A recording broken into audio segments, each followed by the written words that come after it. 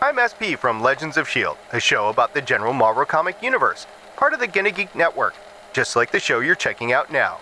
Shows on the network are individually owned and opinions expressed may not reflect others. Find other hilarious and fun geeky shows at GonnaGeekNetwork.com. Welcome to another episode of Better Podcasting Live Chat Coffee Side with SP and SJ. I said coffee side. That should be fireside, but I don't want to talk about the RIP service.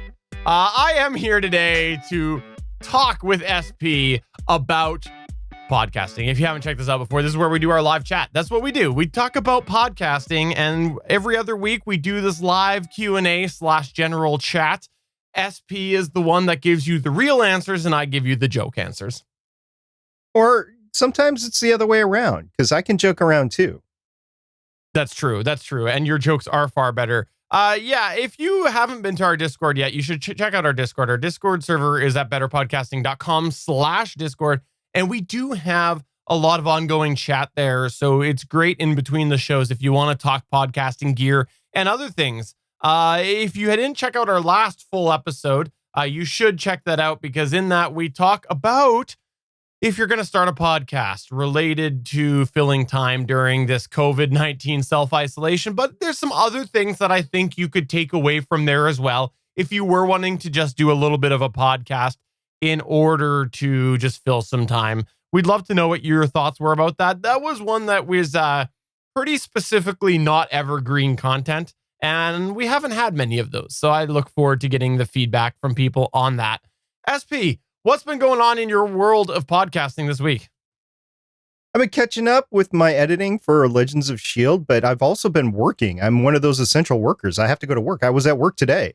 And let me tell you, going to work with a bunch of people wearing masks, I mean, if I was working in a bank, I'd be worried. You know, I was thinking about the mask situation, and I was really worried if all of a sudden podcasters decided to wear the masks while they were podcasting, we'd end up with a bunch of podcasts like this.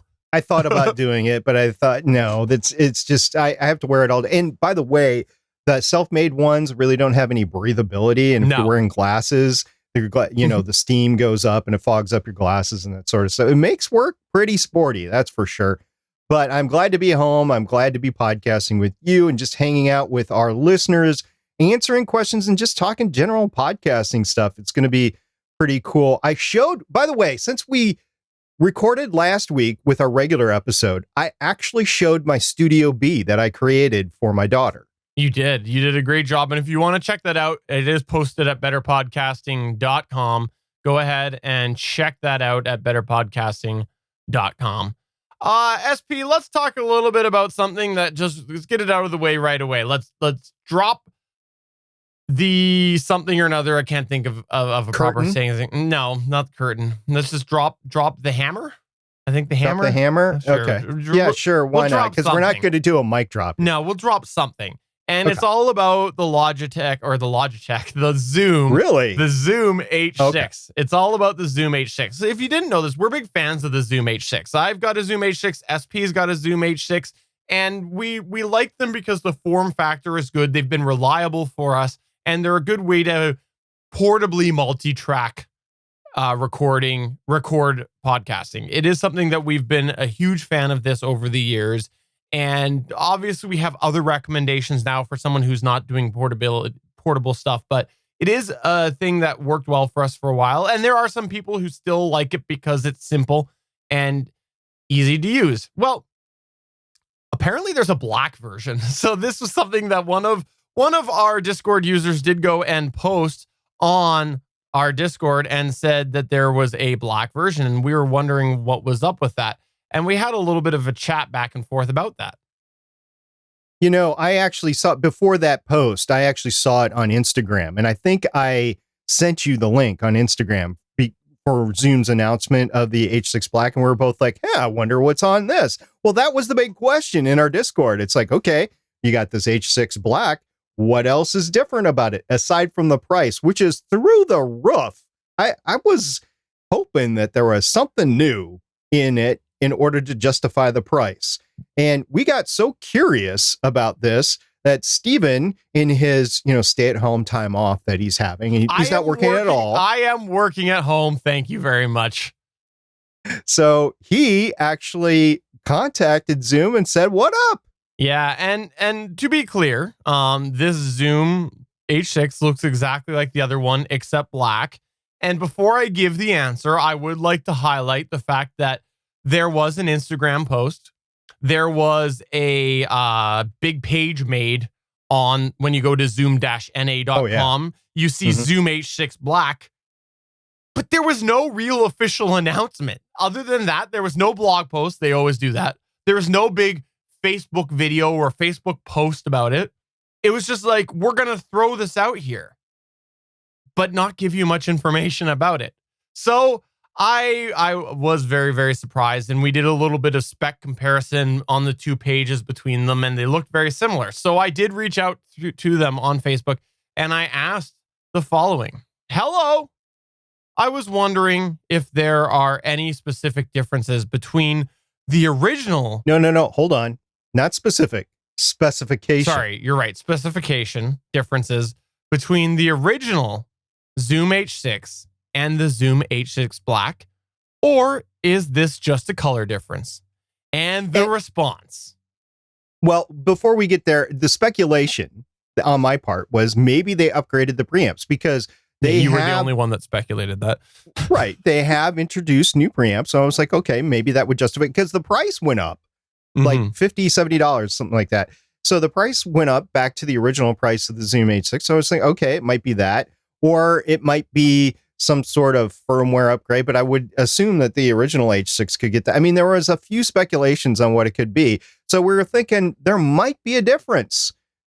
And the answer, Steven, is that I feel like you need to do a drum roll. I really do feel like you want me to do a drum roll. You want me to do it on the microphone, on my chest, on the desk? What do you want me to do? I think that you should do it right now, right there, because I need like 2 more seconds as I quickly have this idea to quickly do this so that the video viewer can go ahead and follow along as I announce that quote, it is only a color/body difference. That was their official response. And for the video viewer, I did go and put the screenshot in there just so that, people know that I'm not talking through my what. And that's why it was so awkward right there as I was pausing as I realized I should probably put this on screen. But yes, that's the conversation. If you want to go to betterpodcasting.com, eventually this video will be up there and you can see the, which way is it? That way. You could see the message. Yeah. Disappointing. That's what I'll say. I don't know what the body difference is. It looked like the same body to me. I'll have to go back and look specifically if there's any body difference, but maybe they're just saying, well, it's colored different, so it's a body difference. But the good news is we can make our podcast better because now I've put a screenshot of this on there. And for the audio listener, it's now covering my face. And I think that's how we're going to continue this show. Yeah, I think that would be. Yeah, don't put a lip hole in there or anything. Just keep it like that. I think it's good. Yeah. Fair enough. No, I do think though the price difference is probably because the H6 being around so long probably did go through a natural price decrease, and so it just kind of ended up leveling out at a certain spot, and now this is new, so it's back up there, but. I don't know why I would recommend it. I don't. What's the price now? It's $399 or $499? I didn't even follow other than what you said. Yeah, so I'm gonna have to look that up because for that price at that price level, you're not going up too much to get a L12 or go down, I guess, a little bit and get an L8 or get a Rodecaster Pro. So I mean, it's in the same price range. Why would you get an H6 other than the extreme portability? And by extreme portability, I mean it runs on batteries and you can put it in a bag really easily. Okay, so I'm on B&H Photo right now, and I am looking, and the Zoom H6 Black shows as new release in stock $349, and then when I look the Zoom H6 regular, which I think does it. have an extra thing here or not? Anyways, it's $329. It says. But so it went up $20. I've seen a lot more deals out there, so we'll see. But I guess some people do want the color preference. I'm not sure, unless like you said, maybe there is something different with the body that we overlooked. I can't see anything, but that's not to say I didn't miss something. If it's not going to be a functionality difference, then why? Yeah. People do like, though, their visuals of their equipment. They do like that. Well, it was a pretty webpage. So I went through the whole webpage looking for, okay, what's new in this? And I was looking for the preamps. I was really searching hard for preamps because better preamps is always great. Although I would think better preamps would decrease the battery life, maybe, because more power to them or something like that. Anyway, I went through it all and I went through their videos and I saw people walking around taking sound audio of like buses and pinball machines and stuff like that with it, and then use it in a studio. But they did show a couple of podcasters, and I'm trying to remember. I think it was with Shure SM7Bs. Yes, but here's the thing. As Johnny Pennington in our live chat, which we do stream this live on Tuesdays at 8 p.m. Eastern, he says, quote, "Now I own the H6 Classic," end quote. That's great. I like it. We have retro equipment, SP. Yes. Well, we have a lot of retro equipment, and we got the Knox podcasting microphone. We've got the Logitech C920, which is going for like $300 on Amazon right now because everybody bought them out. And I guess even like the ATR 2100 and the AT 2005 are hard to find now. So yeah, I think we're doing pretty good. And if we sold our equipment, we could retire. You know, I actually can't find my second C922. I just came across it a little bit ago, and then I went and I thought I put it away because I took it to work to do a project a while ago. And then I realized somebody stole it and sold it. Worse, I realized that I had been packing it back and forth in my work laptop bag, just in it loosely. And so I know. Anyways, I gave it a try. It was fine. But the thing is, I went and I'm like, well, let me put that away. And now I can't find it. And everybody's making these posts about how cameras are hard to find. So we'll find out. I wanted to take a moment here. Wait a minute. You're equating your lost camera to cameras, the webcams being hard to find on the internet. Yeah. That is not an equal distribution, sir. It's somewhere. And it's my second one too. I don't know. I got like 4 or 5 of them in the house just because they're on different computers. By the way, I mentioned I have a Studio B last time. I also mentioned I have a Studio C. So I'm thinking there's going to be another studio tour this week. You just reminded me. I think I own 2 C920s. I think I've lost 2. I think I've got 2 somewhere in this house. I've lost 2. So you have 2 C920s and then a C922. Yeah, I use the C922 primarily, but I think I might have one in my travel bag. I should go have a look. Liberty Dude posted, anyone ever find out why they discontinued the Knox microphone? I don't know for sure. I actually contacted the company, as you knew in that video. I would just gather that they got into some sort of cease and desist because it became known and they just didn't want to go out and fight that battle. So they just stopped making them.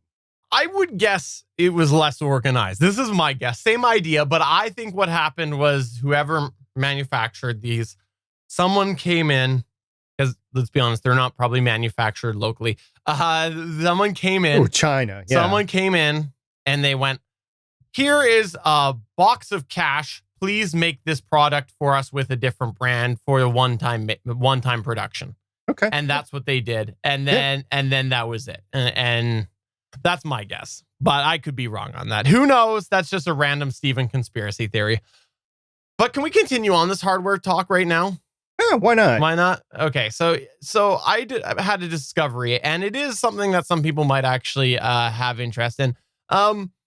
You made me clue into the solve to a problem that I have been facing for a couple of weeks now, about 3 weeks. Really? A gender reassignment surgery? You're finally going to get it? It's to do with my in-ear monitors.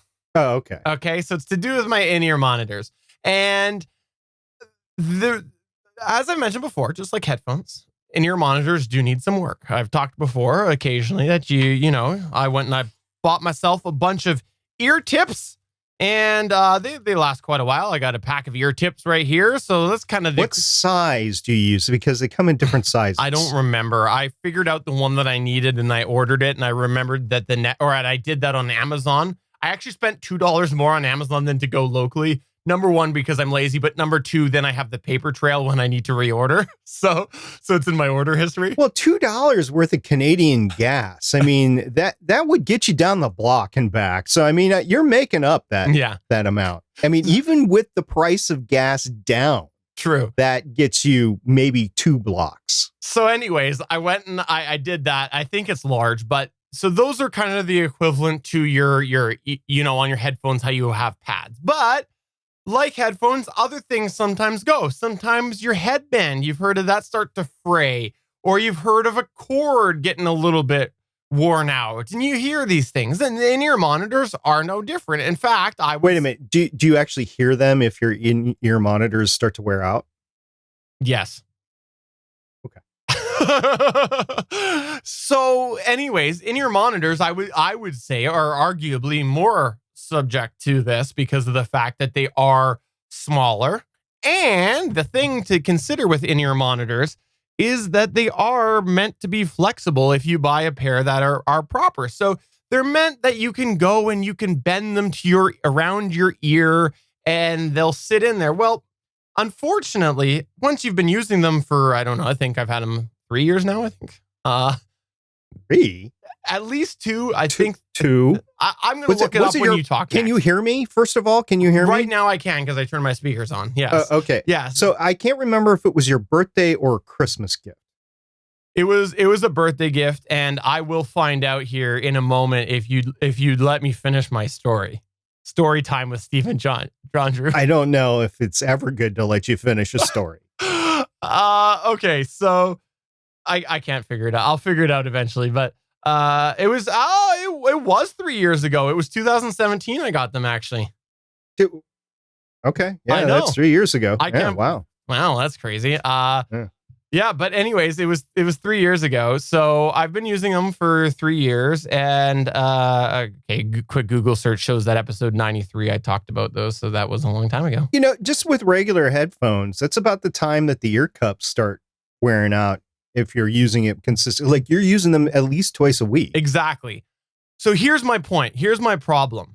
Is this just happened, and it started on one side and on another, is because they are meant to be bendable. There is metal in them, and clean out your earwax, dude, and don't show it on camera. There is supposed to be metal in it, and the metal has broken around my ear. So now while they work, they're not the most comfortable thing in the world. And this just came up within the last couple of weeks. Now, can you use like that bike handlebar tape to try to cushion it a little bit so it doesn't bite into your ear as much? I could. But the thing is, huge. Be like Mickey Mouse ears. The one ear is okay. It's the other that is a little more ouchy. But you reminded me of something. You dropped a link to me that Shure came out with a new version of their Bluetooth IEMs. And this isn't the first time they've done them. If you look at the basic IEMs that I've got, the Shure SE215s, they actually make the SE215s I think it's something stupid like BK. I don't think it's even BT, but it's the Bluetooth version. Essentially, Burger King version. I know, right? But they do make a Bluetooth version. So this isn't new to them, but Bluetooth does evolve quite quickly. So it's SE215KBT1. That's what it is. But they do make a Bluetooth version, and now they're doing it again. But they're getting in with this low profile trend, right? And so what they did was they have these things that just basically one on each side, just like you would imagine any other wireless headphones right now where they are low profile, except these go around your ears. The thing that you should remember with IEMs is that the headphone piece, the actual ear, the technology basically is meant to disconnect. So they actually do pop off of the cords. And that's the thing with the Bluetooth version that they just released, and I don't have the model number. They do brand them as compatible with Shure IEMs. So if I wanted to, I could get just the individual wireless transmitter receiver, pop off my actual earpieces, like the actual, I guess, speakers, and plug them onto those Bluetooth sender and receiver, which made me remember that 3 years ago, I remembered coming across the fact that you could buy the cable for $35 US.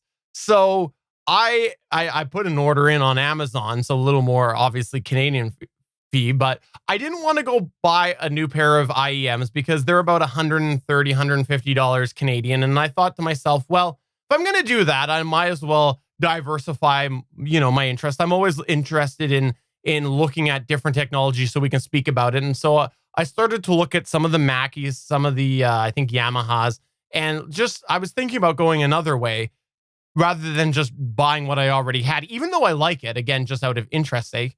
But I remembered that. So anyways, that was my solve. You brought me to that realization and remembering that I could get the cord that is part of the headphones for 40 something Canadian. So again, I looked it up, $35 US, and just pop my actual individual ear things onto there, and I'm back basically to new. So it's great. I was so glad that you kind of made me follow that train of thought. And for $35 American, it's actually probably works out cheaper with the price I got it in Canada than if you did that math. But let's say $35 American. After 3 years, I didn't think that's a bad investment. No, no, I think it's pretty good, especially if you can keep going with them. Now, you brought up Bluetooth headphones, and there's a bunch of questions in the chat about why they're bad for podcasting because of latency, that sort of thing. I actually bought, and I was just trying to look for where I scored them. It was probably on some sort of slick deals.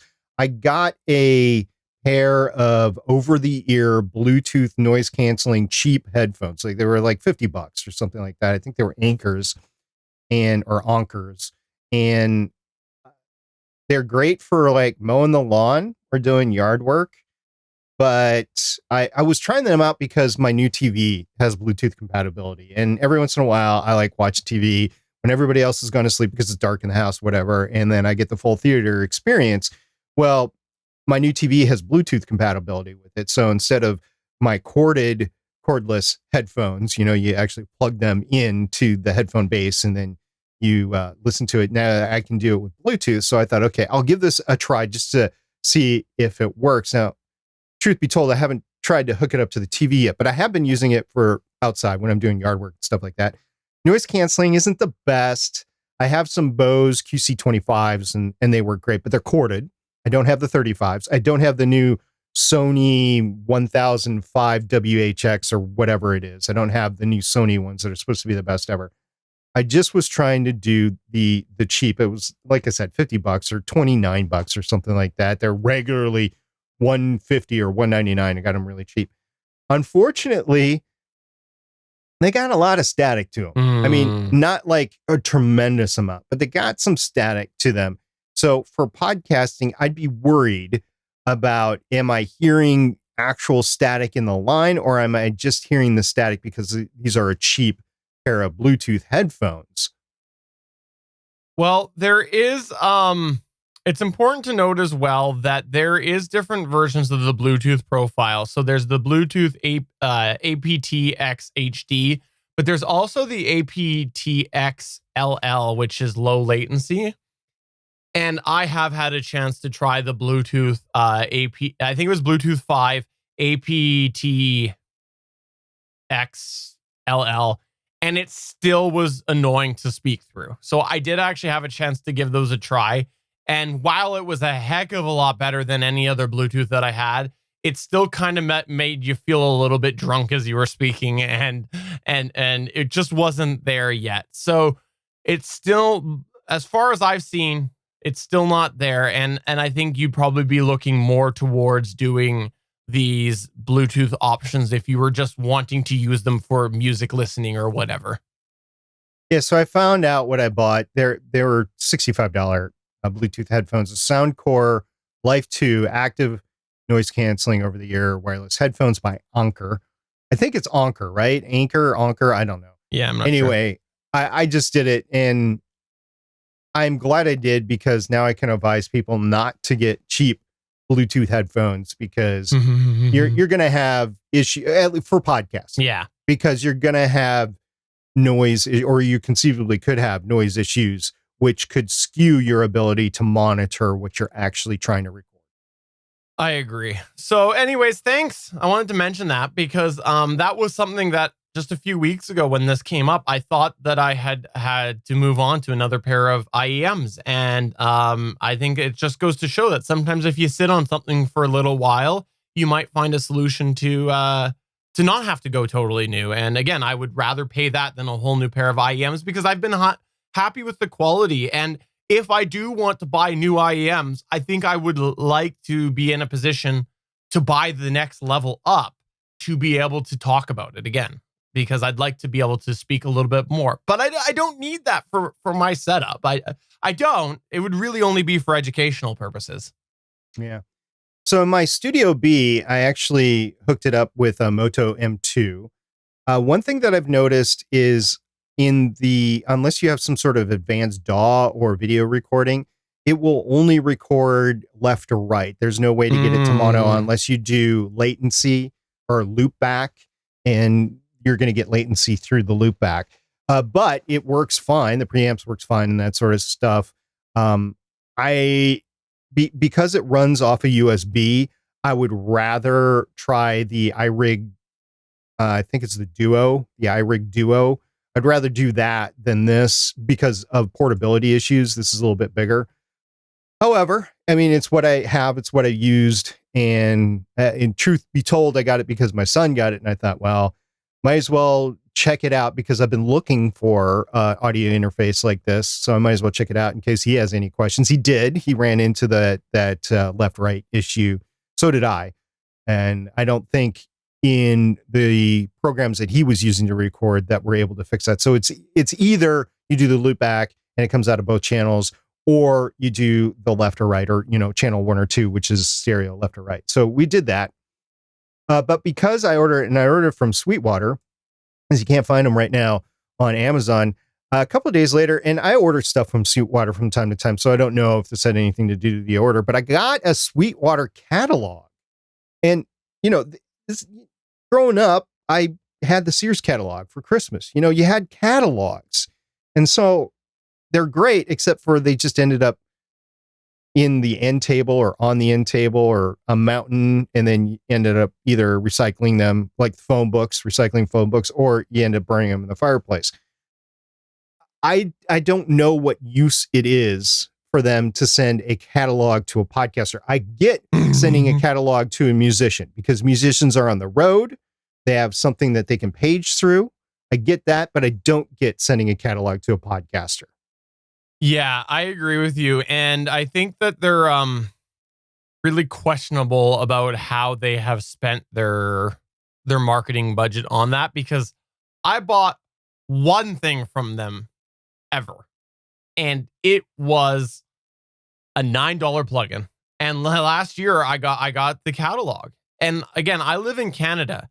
Sweetwater isn't exactly marketed towards Canadians. So no, it is not. You send me this catalog, and I paid $19 plugin.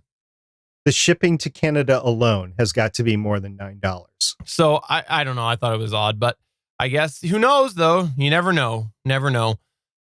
We had a question in the chat, and it was from Jorge, and he asked why I was not using the BP40 anymore. So anybody who's binge listening to Better Podcasting chat sessions, Fireside with Steven and SP, whatever we call this, will have heard me already mention this before. I think it was the first or the second one, but I will just recap right now.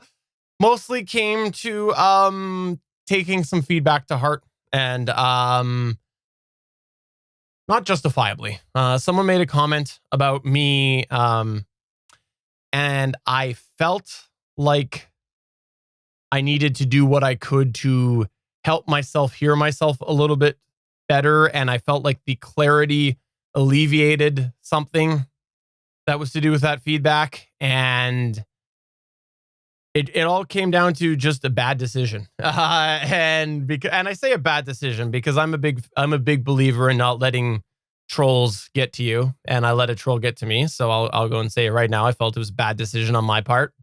That's a knee-jerk reaction right there, but I did, and then I just continued because I've always been a fan of the Procaster sound. Even before I owned it, I actually, it was one of my shortlisted microphones.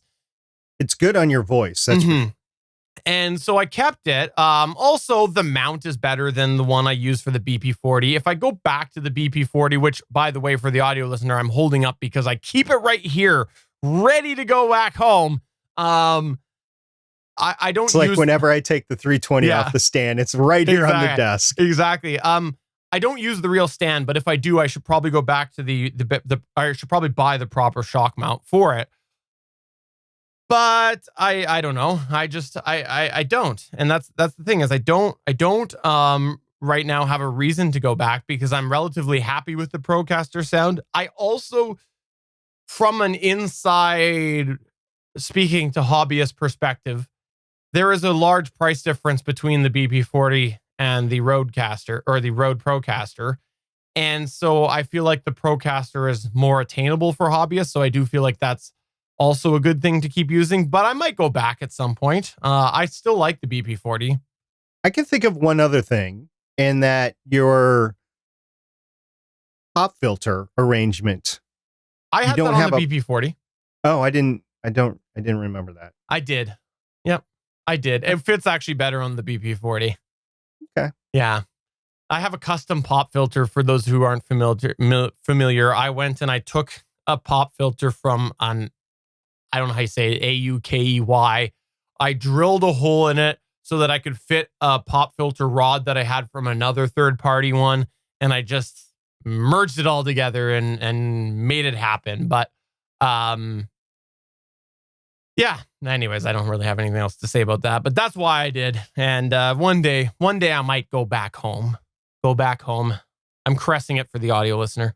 I think as soon as you do, you're just going to fall in love with it over again. You're going to keep it on the stand for 6, 9, 12 months, whatever. And until we get another microphone to review, and you'd be like, oh, I'll keep it right here. Don't you think, though, it's time for me to start doing the annual mic cycle where I go and I give them all a go again? I should. How many years have we been doing this? It's closer to 5 years, right? I know. So for at least 4 of those 5 years, I have taken like the first half of the year and done the mic shuffle. And then like mid-year, you're like, oh, I got to do it too. I keep coming back to this Electro Voice RE320. There has been no other microphone for my ears that sounds as good to me as the Electro Voice RE320. Other people might disagree and want to hear me on a different microphone, but I keep coming back to this. So unless I'm moving up, I'm staying on this thing. I'm sorry. There's one microphone that you haven't done yet that you just can't say. And until you say that, you can only assume the best and that it sounds better. And it's the Heil PR40. I'm sorry. If you haven't tried it, you can't knock on it. So unfortunately, I can knock on it. I can knock on it because I know Bob Heil and I know how he tuned it. He tuned it for FM. Yeah. It's great on a voice like it honestly is. It's great on a voice like yours, where you don't have a lot of low end and it's accentuating the low end. And for me, it's just going to muddle my voice. I'm not going to do it. I actually don't even think that it sounds that good on my voice, but I'll maybe next week. That's fine. Should I dig it out? Should I start on the PR40 next week? Because every time you do, you like in 2 weeks, you go right back to whatever microphone you want to use. Yeah. Johnny says, yes, I do want the RE20. Yes, I do. And unfortunately, I had some emergency spending I had to do earlier this year. And this COVID-19 made me spend more money. So I'm at a point where no, I'm not going to get the RE20 this year, probably. Yeah. I still have a theory that you're not going to like it. I don't know. My gut tells me you're not going to like it. And that's a very real possibility, which is why I'm not chomping at the bit to actually go into debt to go get it, because I'm fine with how my voice sounds here. Now I say that, and this is chomping on 5 years old. Right. So at some point, these microphones start to degrade and you have to refresh your equipment. So at some point, I'm going to have to get a new one. And I would say somewhere between the 5 to 10 range. And this thing's been on the stand for 5 years. It's not like it's been in a case. Well, and the other thing that I think is really worth considering is in the chat, Liberty Dude is saying, do you think the RE20 will knock your RE320 off its pedestal? I think it's again important to remember who we talk to here a lot, and let's assume the best. Let's assume he gets the RE20. He goes, I can't believe I used that RE320 for the last 3 years, the last 5 years, whatever it was. I can't believe it. This RE20, I should have got it sooner. It's so much better. I sound so clear. I sound exactly like that legendary voice that he has in his head. SP will still continue to recommend the RE320 to our audience because of the fact that the RE320 is much more attainable for the majority of the people we talk to on this show. Yeah, and there are aspects of the 320. I also like the Rode Procaster, which you're using right now. There are aspects of the 320 because it's almost the same price, or it's a little bit more to go up to the 320 just for the microphone. Right. There are aspects of the 320 that outclass the Rode Procaster in some instances. I mean, the pop filter alone, where you can, it's a BSW exclusive, but you can get it. The shock mount is because I got the brand new shock mount with mine, and my microphone, which is even on the stand, actually it is. It's on a stand back there. It started to droop within a year, right? So you need to get new bands for the shock mount. These shock mount bands, eventually I'll need to replace. Looks like it's drooping a little bit, but like I said, it's been on here for 5 years. They are a lot more robust. Now this mount is huge that goes on it. It's massive. At 309A, so that's actually a detriment. But I don't think it was ever meant really to be used from a boom arm. I think it was meant to be used on a table stand, and this would have propped it up a little bit more. And I could see that. But anyway, is the RE20 going to knock this out of my microphone stand? It might because of the voice, in my recommendation too. It might because of voiceover. If you're doing voiceover stuff, if you're doing animation and that sort of stuff, and the RE20 is that much more of a quality sound for your voice over the 320, that might make me recommend it a little bit more. And I know Bandrew prefers it. He prefers the 20. Although I listened to over on Podcast, I listened to his giant microphone shootout, and I got to tell you, he did value the 320, but I actually, in comparison, valued the 320 more. And this goes back to personal taste. Yeah, where my like in what I want to hear is different from what Bandrew wants to hear.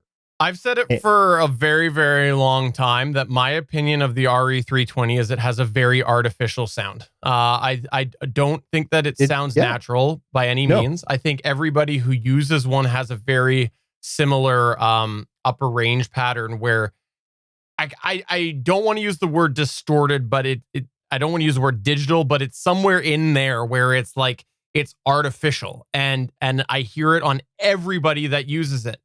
But I also like to quickly, when I say that, highlight back to the fact that there are people who love the PR40 because it has this like super cliche broadcast sound, and everybody has their own specific sound that they're aiming for. And in their own voice too. So different, I backed away from different microphones are crap because it depends on your voice. And it goes back, we even said it on the show a few episodes ago, which was we need to go out and try microphones, especially the more expensive microphones. We talked about renting the microphone or going out and doing it in a store. I think that's the only way that you're going to find out if it's for you or if it's not. Now, Stephen and I have actually had the opportunity to have a lot of these microphones in studio. One microphone, the rest of Mike. You can say one that microphone. Yeah. One microphone that I had to get rid of because it made my voice sound so muddy was the Shure SM7B. I had to get rid of that. I could not stand it in my studio, and I'm glad I got rid of it. And as a matter of fact, that same microphone you got to use too, and it is not in your studio right now for a variety of reasons, but you wouldn't be using it on a week-to-week basis either. No, I don't think.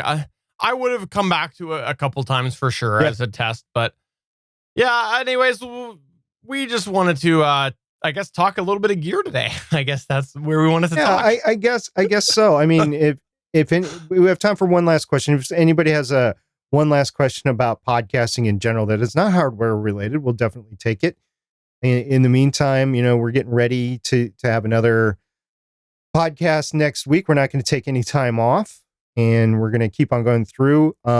Because of everything going on, I'll admit I have not been able to get the extra content that we've wanted to. This was unexpected for us this year. We wanted to take every other week off so that we could produce extra content. And just for me personally, I found it very difficult because I've been having to deal with other things. I had to move my daughter back early. I had to set up my other daughter so she could teach. I had to deal with work. I'm an essential worker at work, so I have to deal with all that. My wife is essential. She's having to work 6 days a week now, not just 5 days a week. So things get backed up and you have to take care of more home life. So unfortunately, I haven't been able to do that extra content like we promised we were going to. I did do the studio tour last week, and I'll do another one this week. But yeah, there's just there's so much that's being affected by this, and I feel stupid by saying, well, because of this, I can't do extra content. But it's true, and I'm so glad we're doing content every other week. But we haven't stopped, and we're not planning on it. Nope. But I also will highlight right now that we're all about transparency here. It is exhausting mentally for lots of people right now with everything going on in the world. And so some days I just want to crack a beer, sit on my couch, and watch the latest rerun of The Bachelor. No new ones. That's not going to happen. Bang says, how do I make all that podcast money? Honestly, you can't right now. There's just not a lot of money rolling around. I was listening to some podcasts that have very robust, like Patreons and self-funding and stuff like that. And they're all saying they're down right now. And people have literally lost their jobs right now. So I don't think that podcasting for money right now is a very good short-term goal at all. I think it would put you back far more than what you're going to make in the short term. Now, if you're aiming for a longer term plan, if you want to do that, there are ways to do that. We don't really advocate it because we are a hobby. We're advocating for the fun of it, but I realize there's an industry out there for podcasting making money. I just don't think that now is a great time. Listenership is down. Self-funded Patreon, crowdfunding is down. So yeah, I know he might have asked that question in jest, but I feel just wanted to address it. So thanks everybody for coming on by. Oh, you know what? Let's take one more minute to address the copyright strike. Should we address the copyright strike? Please, because that is a learning experience. Okay. Yeah. So I mentioned a couple of Q&As ago that the Gonna Geek show had a copyright strike happen. So not strike, a copyright notice. There's a difference between a notice and a strike on YouTube. And what happened was that I did a little joke. I forget what episode it was, but long story short, there was a joke that I made. I said that we have a live Gonna Geek show house band that performs the intro and the outro. So in between episodes, the next episode, I went and I filmed myself in front of a green screen, playing a bunch of rock band instruments very poorly to the intro and the outro. And I put that together and I made that the gag for that following episode. Well, I also said that I was going to go and release it in the full version because I did more than just a little bit of the music that you have on screen. I did the whole thing where, like, cause like we have here where the music continues on after we actually open here. Same thing on the Gonna Geek show. And when I put that out there, I guess because there was no talking over it, the algorithms quickly got it, which, by the way, is not saying that you get away with using copywritten music by talking over it. It's just the way that this one happened to be, because it was our intro music that was flagged. Now, I am cleared to use it. I made sure I was cleared to use it, but when I went to the source of where I got it, I put in, actually on Google, the source website, and then I put YouTube claim, I think is what I did. And right away they had a phenomenal video about we know this happens sometimes. There's nothing we can do about it. Our experience is basically follow these steps and you'll be released. And very informative video, very well done, very clear, very, very polite.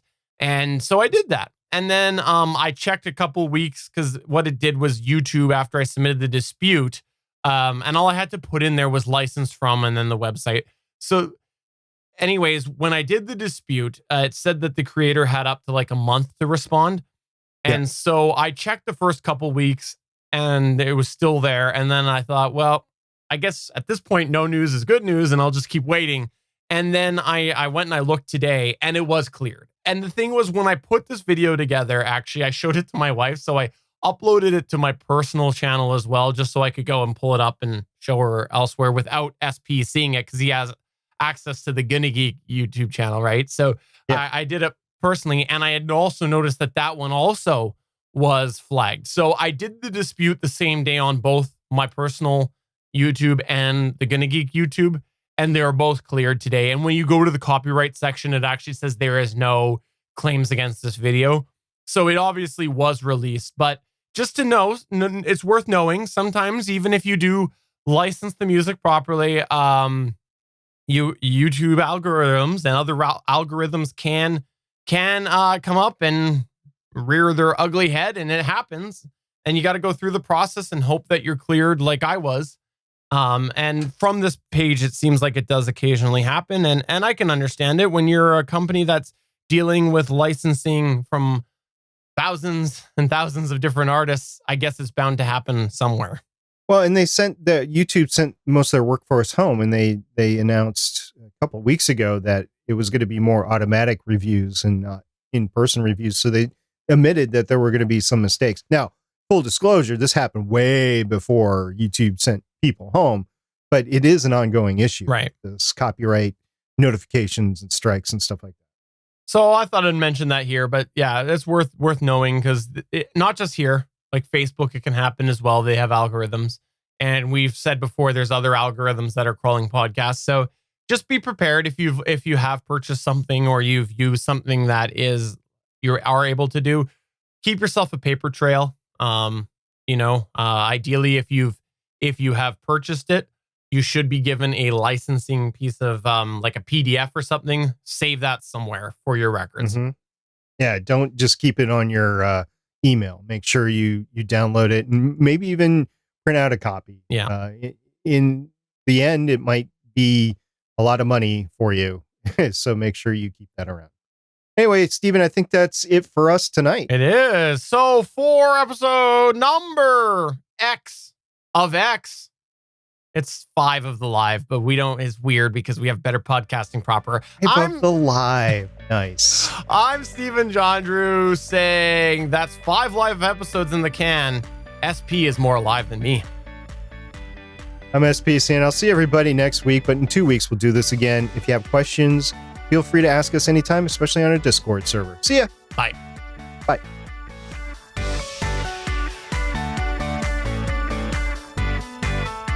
Thanks for checking out another episode of Better Podcasting. You can find the full back catalog of Better Podcasting at betterpodcasting.com. If you're into geeky podcasts, please check out the other podcasts on the Gonna Geek Network at GonnaGeekNetwork.com. This show was produced and edited by Stephen John Drew of Gonna Geek Productions. Voice work was done by L.W. Salinas. Thanks again for listening or watching, and we hope to see you again next week.